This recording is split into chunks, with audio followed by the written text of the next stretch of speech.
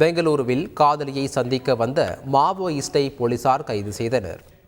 தடை செய்யப்பட்ட இயக்கத்தைச் சேர்ந்த அனிருத் ராஜன் உப்பாரப்பேட்டை பகுதியில் தங்கியிருப்பதாக பெங்களூரு மத்திய குற்றப்பிரிவு போலீசாருக்கு ரகசிய தகவல் கிடைத்தது. உடனடியாக அவரது நடமாட்டத்தை கண்காணிக்க தொடங்கிய போலீசார் பேருந்து நிலையத்தில் இருந்து வெளியூருக்கு செல்ல தயாராக இருந்தபோது கைது செய்தனர்.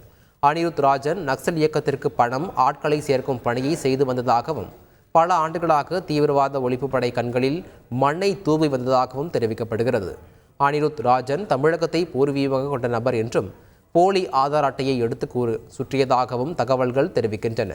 அவரிடம் இருந்து செல்போன், பென் டிரைவ்கள் பறிமுதல் செய்யப்பட்டது. உபா சட்டத்தில் வழக்கு பதிவு செய்து அனிருத் ராஜனை போலீசார் காவலில் எடுத்துள்ளனர். அவரது காதலியிடமும் விசாரிக்க பெங்களூரு மத்திய குற்றப்பிரிவு போலீசார் முடிவு செய்துள்ளனர். செய்திகளை உடனுக்குடன் தெரிந்து கொள்ள உடனே சப்ஸ்கிரைப் பண்ணுங்க.